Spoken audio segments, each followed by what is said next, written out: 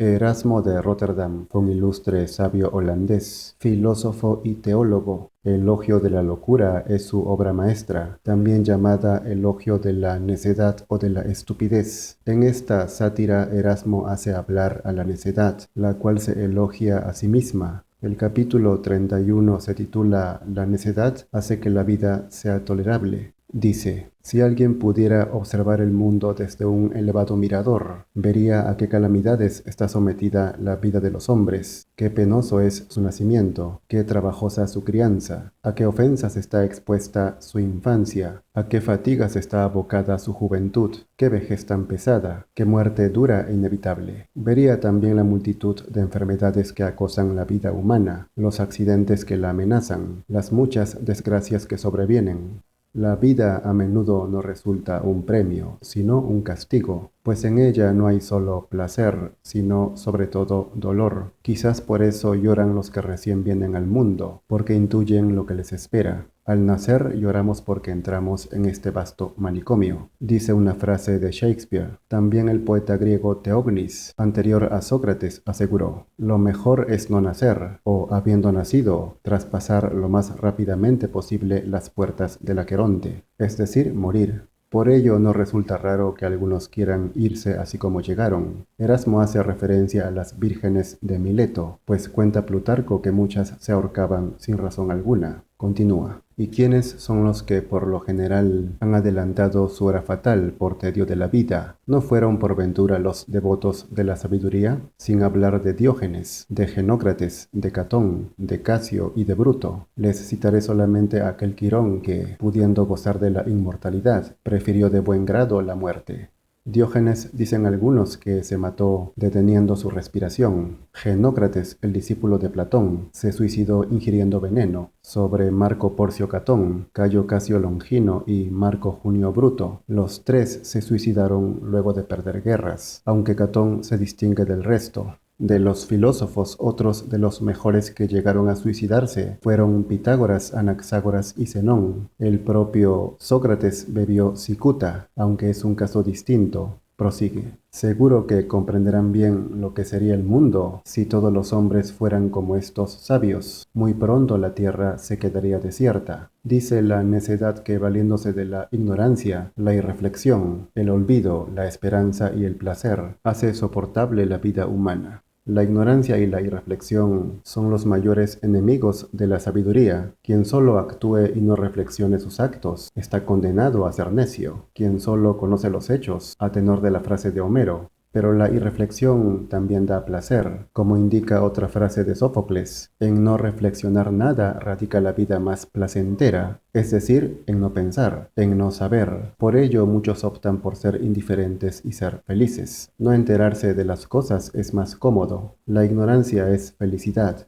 Por tanto, la sabiduría sería lo opuesto, tristeza, dolor, desilusión. Todo ello traería la reflexión, pues Salomón aseveró, donde hay mucha sabiduría hay mucho dolor, y el que aumenta su saber, aumenta su pena. Por eso la necedad sostiene que si muchos fueran sabios, se matarían. Así que les conviene ser necios si quieren estar vivos y alegres. Indica, cuanto menos motivo tienen para permanecer en la vida, tanto más les place vivir. Tan lejos están de verse afectados por el tedio de la vida. Son optimistas, incluso los mayores y ancianos, que por su edad tendrían que estar agotados. Tienen el deseo de vivir intacto. Erasmo se burla de aquellos que se comportan como jóvenes, a pesar de haber envejecido, afirma. Gracias a la necedad, vemos por doquier a esos viejos de senectud nestoria, que apenas tienen ya figura humana, balbucientes, chochos, desdentados, canosos, calvos y, para pintarlos mejor con las palabras de Aristófanes, sórdidos, encorvados, fatigosos, arrugados, pelados, sin dientes e impotentes, y que sin embargo se deleitan de tal modo con la vida y se sienten tan jovencillos que uno se tiñe las canas, otro disimula su calvicie con cabellera postiza, otro se muere por alguna chiquilla y aventaja incluso con sus locuras amorosas a cualquier muchachito. Platón, Cicerón, Clemente, muchos sabios consideraron una desgracia y una vergüenza que los mayores quieran parecer jóvenes y se porten como si lo fueran. ¿De qué sirven las canas si se las oculta?, sentenció el sabio. Creen suprimir de la cabeza la vejez, pintándose y haciéndose jóvenes, pero aunque traten de cambiar hábilmente sus cabellos, no pueden disimular las arrugas, ni podrán escapar a la muerte falseando el tiempo. No, no es malo parecer viejo, y no poder ocultarlo. Una persona que oculta su verdad, sin duda que se engaña a sí mismo y no es feliz, aunque lo parezca. Continúa. Pero aún resulta mucho más divertido el ver a ciertas viejas que siempre tienen en la boca que la luz de la vida es bella, que todavía se hacen las gatitas enamoradas, se embadurnan constantemente el rostro con afeites, nunca se separan del espejo, se depilan las partes secretas, enseñan todavía sus pechos blandos y marchitos, se mezclan en los bailes de las muchachas y escriben cartitas amorosas. Del mismo modo que los varones, las mujeres viejas tendrían que ser y mostrarse acordes a su edad, y no maquillar su verdad, queriendo mostrarse como algo que no son. Hacen el ridículo, pero para la necedad, esta conducta demuestra felicidad, afirma. Todos se ríen de esto como de grandes tonterías, que es lo que son, pero ellas se sienten satisfechas consigo mismas, y se encuentran como nadando entre nubes. Por merced mía, son felices. Sin duda tienen momentos de placer, y si lo persiguen con tanto afán, como todos, seguramente es porque sienten mucho dolor, como Aristóteles sentenció. Culmina este capítulo diciendo: en fin, aquellos a los que todo esto les parezca risible, yo quisiera que mediten bien en su interior, que creen mejor si llevar una vida completamente agradable gracias a esta clase de necedad, o andar buscando una viga para ahorcarse. Entre vivir o morir, es obvio que la necedad preferirá la vida ante todo, mas la sabiduría antepone la virtud, el bien. Desde los antiguos resuenan las máximas: una vida mala es peor que la muerte, o no vivir es mejor que vivir mal. Diógenes exhortó: ¿por qué vives, pues, si no te preocupas de vivir bien? La vida es buena cuando hay bien, virtud, rectitud, y eso es posible, pero no es nada fácil. La indiferencia, la falta de conciencia, lo impiden, así dice. Pero como la vergüenza, la infamia, la deshonra y las injurias, en tanto ofenden, en cuanto se tiene conciencia de ellas, claro es que cuando falta esa conciencia, no se estiman como males. Pues bien, solamente la necedad permite hacer estas cosas. Y al contrario, la reflexión, el pensamiento, la sabiduría no las permiten. Pero la necedad está segura de vencer, pues solo ella da un fácil placer que hace soportable la vida.